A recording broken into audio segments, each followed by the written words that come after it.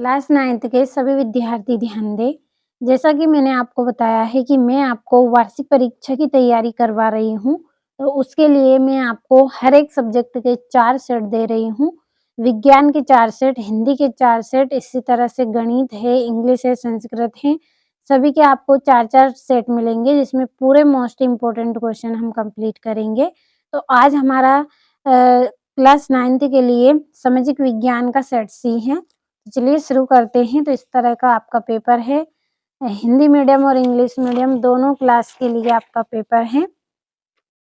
पहला प्रश्न रहेगा आपका, सही विकल्प चुनिए। तो पहला है, निम्नलिखित में से कौन सी लवणीय जल वाली झील है? तो इसका आंसर रहेगा सांभर। दूसरा है, अरब सागर में गिरने वाली नदी है, तो कौन सी नदी है? नर्मदा नदी। तीसरा है, रूस की क्रांति कब हुई थी? तो रूस की क्रांति कब हुई थी? इसका आंसर रहेगा 1917। और चौथा है, रूस में सामूहिकीकरण कार्यक्रम को प्रारंभ किया। तो किसने प्रारंभ किया था इस कार्यक्रम को? स्टालिन ने प्रारंभ किया था। पांचवा है, 2015 तक किस देश में औरतों को वोट डालने का अधिकार नहीं था? तो इसका आंसर रहेगा सऊदी अरब।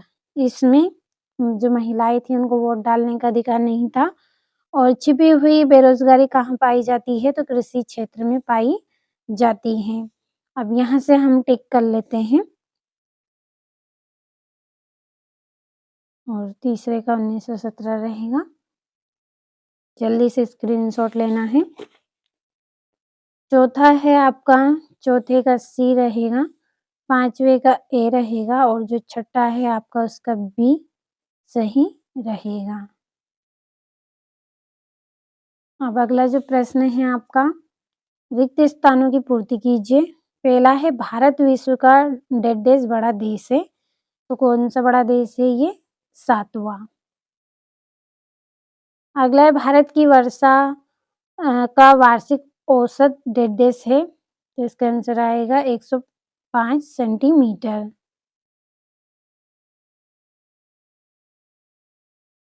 अगला है, एक आदर्श लोकतंत्र में निर्णय होने की प्रक्रिया डेढ़ होनी चाहिए, तो कैसी होनी चाहिए? लोकतांत्रिक।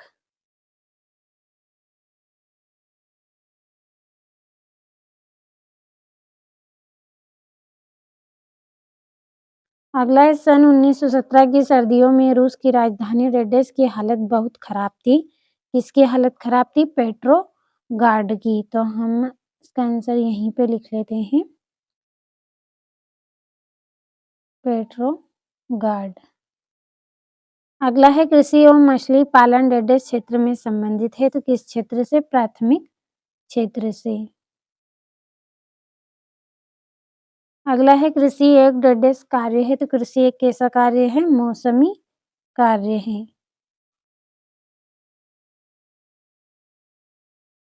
तो ये आपके यहाँ पे रिक्त स्थान हो गए। और इंग्लिश मीडियम वाले बच्चों के लिए पहले ही कंप्लीट कर दिए हैं, ताकि आपका समय भी कम खर्च हो और आप अच्छे से कंप्लीट कर लें इनको। तो अगले प्रश्न की ओर बढ़ेंगे। अगला प्रश्न है, सही जोड़ी मिलाइए।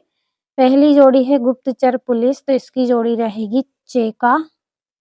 दूसरी, प्रधानमंत्री ग्रामोदय योजना, तो इसकी जोड़ी रहेगी 2000। तीसरा है प्रथम पूर्ण जनगणना, तो इसकी जोड़ी रहेगी 1881। चौथा है विश्व का 5वां बड़ा देश, तो 28 फरवरी 1933। सॉरी, ये आपकी 5वीं जोड़ी रहेगी अग्नि अध्यादेश की। और चौथी जोड़ी आपकी ब्राजील रहेगा। गलती से मैंने 5वीं जोड़ी लगा दी है। और अधिक उपज वाले बीज, तो इसका रहेगा HYV। छठी ये आपकी जोड़ी। यहाँ से जल्दी से हम नंबर डाल लेते हैं जोड़ियों पर।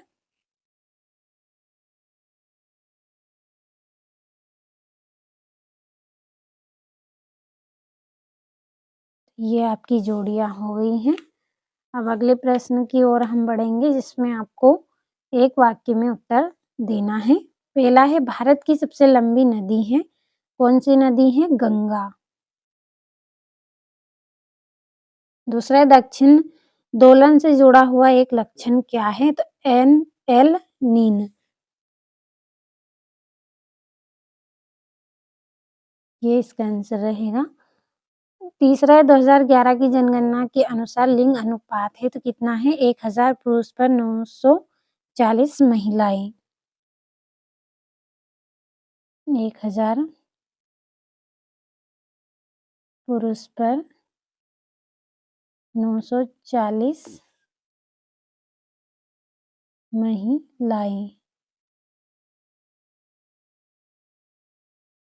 अगला है आपका पिनोसे में किस प्रकार का शासन प्रणाली है तो इसका आंसर रहेगा तानाशाही।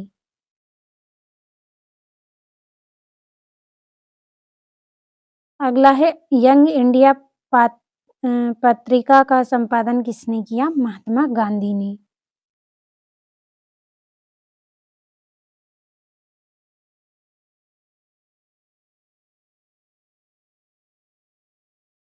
अगला है अगस्त 2002 में किस ऑर्डर द्वारा पाकिस्तान का संविधान बदल डाला? तो इसका आएगा लीगल फ्रेक पार्क ऑर्डर। तो इसका आंसर हम यहाँ पे लिख लेंगे।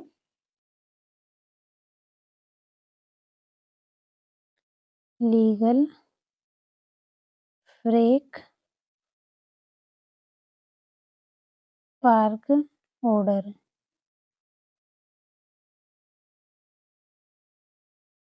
तो ये यहाँ से स्क्रीनशॉट जल्दी से लेना है और इंग्लिश मीडियम वाले बच्चे जल्दी से स्क्रीनशॉट लीजिए।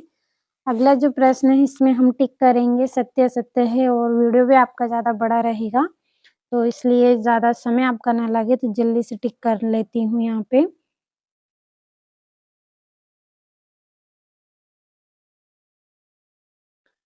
तो ये आपके यहाँ पे सॉरी सही विकल्प हो गए हैं। अब इंग्लिश मीडियम वाले बच्चों के लिए भी जल्दी से टिक करेंगे। पहला सत्य, दूसरा सत्य रहेगा, तीसरा सत्य रहेगा, चौथा है आपका सत्य, पांचवा सत्य, छठा सत्य। यहाँ से ये जो आपके 2-2 नंबर के प्रश्न हैं, इन प्रश्नों के आंसर पीडीएफ के द्वारा आपको मिलेंगे। तो छठा है 82 डिग्री और 30 पूर्वी देशांतर को भारत की मानक यमुनोत्तर क्यों माना गया है? और 7वां है मौसम से क्या आशय है? 8वां प्रश्न पढ़ेंगे।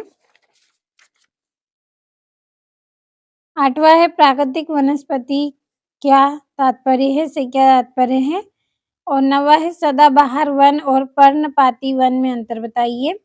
और 10वां है फ्रांसीसी समाज में महिलाओं का जीवन कैसा था? और यहाँ से ये आपका 11वां है निरंकुश राजशाही से आप क्या समझते हैं? और 80 के दशक से वानिकी में आए बदलावों का वर्णन कीजिए। तो कंप्लीट अच्छे से करें। और 13वां है परामर्श और वाद विवाद लोकतंत्र का आधार है, इस कथन को स्पष्ट कीजिए। और संविधान का क्या महत्व है लिखिए। और पालमपुर में बिजली के प्रसार ने किसानों की किस तरह मदद की? और ये यहाँ से मानव पूंजी निर्माण में शिक्षा की क्या भूमिका है? और हिटलर और उसकी नाज़ी पार्टी किस प्रकार द्वितीय महायुद्ध के लिए जिम्मेदार थी? सारे 2-2 नंबर के प्रश्न हैं। यहाँ से भी आप कंप्लीट करते चले इनको।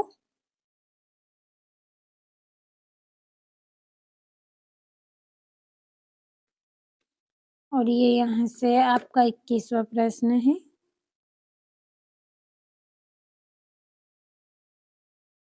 और ये यहाँ से 23वां।